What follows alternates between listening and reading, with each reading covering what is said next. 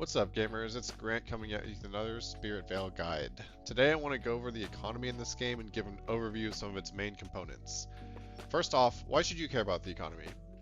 Well, it depends on your goals, but it can help everybody gear faster. It can get you access to items earlier than you would be able to get them level-wise, so you might have gold but not the ability to farm something. You can make money to buy things that are much easier to buy than to farm, so big boss gems or boss cards are a good example of this. It's also fun for a lot of us to min-max and to seek the best items in the game, or to just become really rich so you can buy whatever you want.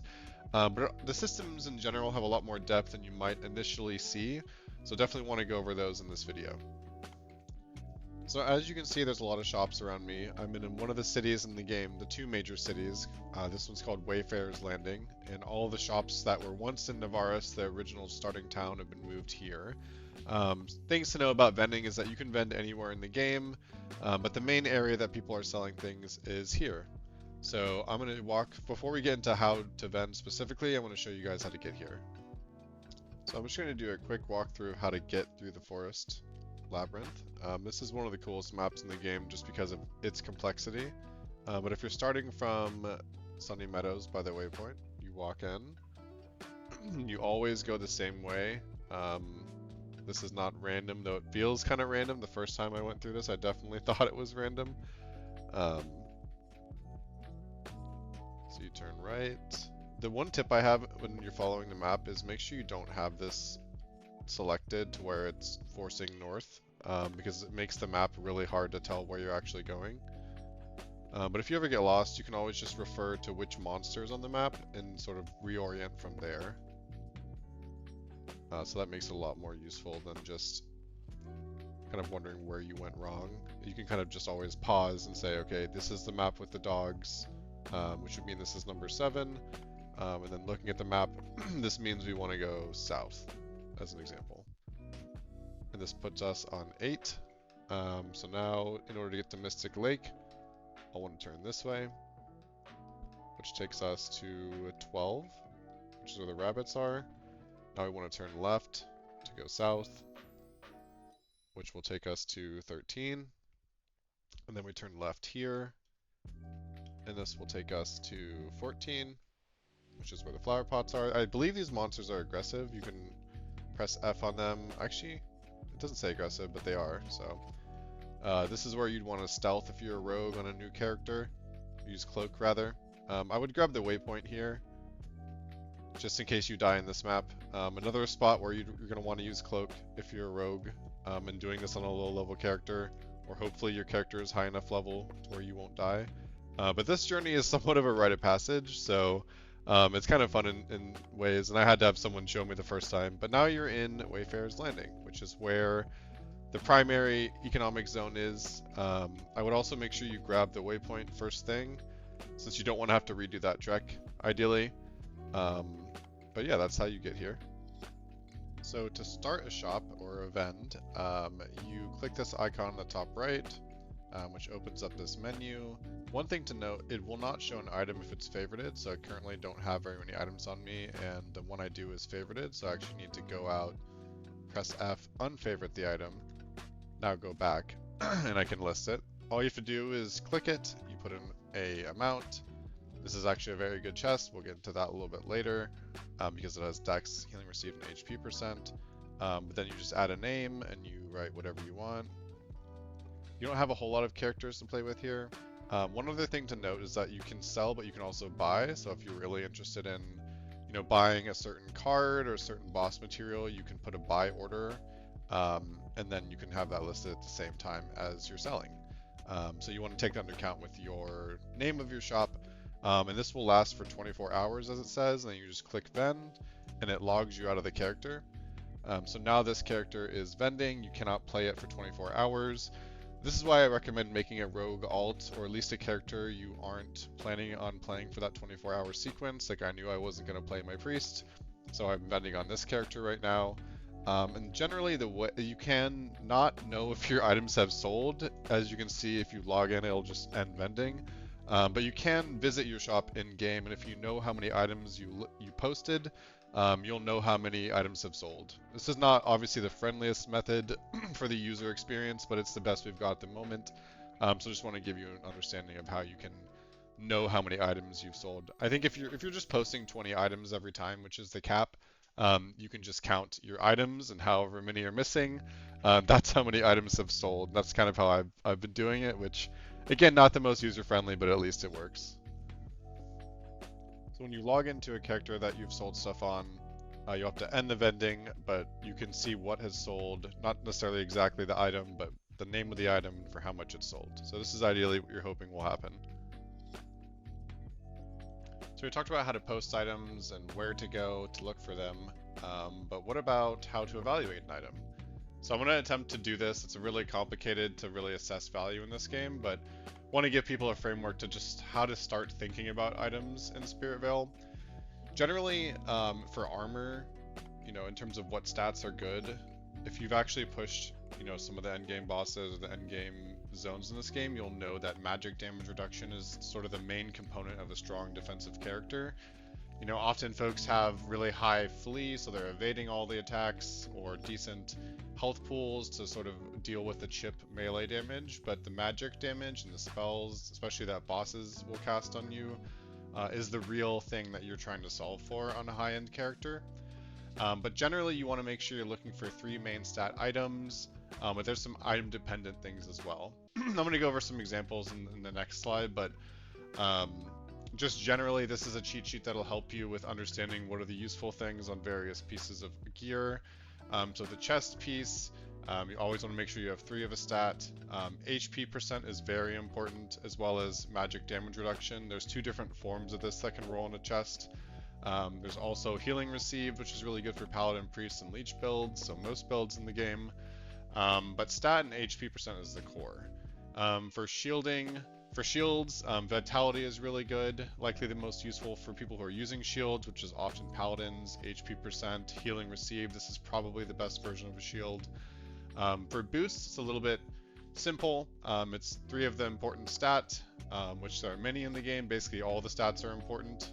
Probably luck being the least valuable in general. But percent movement speed, which is mandatory in my mind, which also is in some ways a defensive layer when you're running around or not getting hit. Because of your movement speed, but either having 1 of attack or cast speed is very good. You can also drop the movement speed if your build uses attack and cast speed, or if you think other people are playing builds like that. On legs, you're going to want health leech power for the leeching builds, health regeneration rate, mana regeneration rate, flee, these are all good stats to have. And on accessories, and I'm sort of bundling these all together, because they all have similar stats, I would go for 3 of a main stat, and then ideally you're looking for synergy between the main stat and either percent attack or magic attack. And most often you're going to want HP percent to be 2, so it's 3, 2, 2. That's why you'll see folks posting stats or shops that say 3, 2, 2. They're posting items that have 3 main stat, 2% attack or magic attack, and then ideally 2% HP, but often folks are posting 2% mana items, which are less valuable and are sort of a 2 out of 3 rolled item. Though I did want to clarify, there are some instances where MP is good for an off piece, like Shinobi needs increased MP to maximize their clone count. I believe it's 105% they need to reach, so that's like 3 items. Wizards also use this to maintain their arcane sigil, and shout out to Rezkin for talking me through this, the use cases for them. They also have energy shield, which is a damage reduction, but it's not like primarily the reason. It's more of an additive bonus, and they're so squishy usually that they kind of aren't scaling into huge defensives here. For weapons, it's really build dependent. You really want to try to imagine if someone wants to use a specific combo. For magic scaling, like sort of the god roll is like 3 int with percent damage increased to magic and percent magic attack. Attack scaling is more like 3 agility or strength with damage attack and percent attack. You're going to see a lot of different variations of this. Some people want life on hit, some people want increased crit or flat crit or crit damage. So you could replace crit damage with percent attack here. That might be actually the best version of an attack scaling weapon. But I really just want to get you guys thinking and give you guys sort of a framework to evaluate items so you have a better understanding of what might have value as you're parsing through all the hundreds and thousands of items you'll end up dropping throughout leveling in this game. Next, we'll just get into some specific items, just talking through them really briefly. So this is a chest piece that a paladin was wearing. It had 3 vitality, HP percent, healing received. This is a really good item for a paladin. Really cannot get better except for having higher numbers on these individual rolls, but these are all 3 useful stats. Same for this shield. This is probably the perfect shield, I believe. Unless you, I guess, wanted to have HP percent, but this is an iteration of the shield that could be considered perfect by certain users. So these are kind of like synergistic mods in that they want more health, they want less magic damage taken, and they scale a lot of healing in general. These are the legs from my character that I dropped that have 3 agility, which is needed to cap attack speed and also scales my damage. I'm a leech character, and flee is probably the most useful 3rd stat I could think of, so I was lucky to drop these when I was farming for them. Looking at these boots, they're really good for a wizard character, which is why they have 3 int, a very high roll, if not the max roll of cast speed, and also movement speed. So these are also really good boots. This weapon is the one from my build. It's actually okay that this has dex instead of, say, agility, despite fire release, primarily scaling on agility. We still need dex to reach the hit cap in the game. So it's not actually a dead stat at all, even though a lot of folks think dex is, less useful for certain builds, but you need it to reach the hit cap. But the stats that I really look for in this item are health on hit, so I can sustain my life, and damage magic, because that scales the damage that I'm doing with the fire release. So this is actually a very, very good weapon that sort of flies under the radar and might even just be scrapped by the majority of players without realizing this is one of the most useful versions of this item for its actual use case. This headpiece, is very standard headpiece for a wizard, which is an example I was giving earlier about why you want magic or mana points on certain items. But this is a perfect version of that kind of an item, where it has int synergy, cast speed synergy. It's clearly a wizard item, has 3 int, magic attack, and mana. So this is a great item. This is an example of sort of the attack version of a red shell, where it has 3 agility, 2 attack and 2% HP. This is the version you would want, for most players. They want HP as the 3rd stat here. The vast majority of items and artifacts are more valuable if they have a synergistic combination of the first, agility and attack or magic attack, and then HP rather than MP. So when you're listing items and they're not selling, it might just be because you have a bunch of items with MP on them, and folks are looking to spend, $1 million or 2 million gold on, a 3 out of 3 and not a 2 out of 3, which is how I view a lot of items in those shops. So I just wanted to walk through some specific items. One tip that was really useful for me as a relatively new player is you aren't actually locked to the economy of your specific server. I actually thought that I only could ever play on Sun because I started on Sun. I have US East ping, that's where all my characters were made. But you can actually buy and more importantly sell on any other server. So Moon, I've been told, is sort of one of the biggest servers and has the most in-depth economy. So this is actually where I'll sell certain items, especially based on like the timing of the day. But you can jump on another server, like Moon, for example, where I did not create my characters, and you can vend on this server specifically, which is what my priest is doing, which is really useful. If you'll notice that, when you go to this server, there's shops literally everywhere, as far as you can see. And one thing you'll notice that I'll mention in this next tip, you'll find, my shop right here, and I can sort of understand what is sold based on how many items are listed. But you'll notice that some of these folks have things, referencing where they are location-wise. Like this person says Smith. This person says under the tree gems, as an example. This one says behind the Smith. So like there's a reason for this. So I'm gonna get into that in this next tip. But yeah, like the idea that you can just sort of go to any server and look at their shops really opens up the game a lot. It also, there's a more active trade channel I've noticed on the Moon server, and that's where a lot of sort of the end game trading seems to happen. So that's generally useful advice in my opinion. So the final tip, and one of the most eye-opening tips in my mind, is this wiki. So folks probably have used this wiki. You can search for things like cards or gear. You can actually search both the card name and also the buff that you see. So like when you put a skeleton card on an item, it'll say sanctified. You can search for that keyword here. So if you see folks in town that have gear you're trying to replicate, you can do that using this method and understand sort of why they're making the decisions they're making. But say you wanted to buy a skeleton card, the way I've been doing this, or had been doing this, was going through every single shop, just kind of clicking, hoping that they were going to have cards. But the better way to do this, and this blew my mind honestly when I was taught this, is you go to the vending tab of this wiki, which this is an official site, is my understanding, but you're able to actually search all of the open vending or shops. So if you wanted a skeleton card, you can look for cards and sort and go to skeleton, which is right here. And you'll see that there are 9 skeleton cards listed.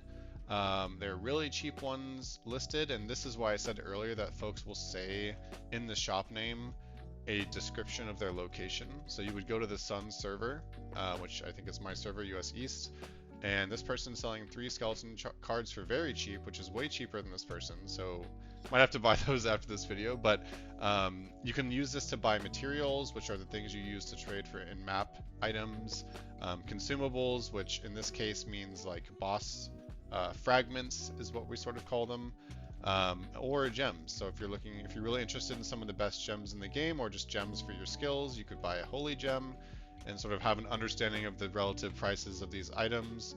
These are obviously incredibly expensive, but if you're a priest and you're using exorcism, rather than going through every single shop on your screen, you can narrow this down to this person who's selling them for 400,000 on Moon.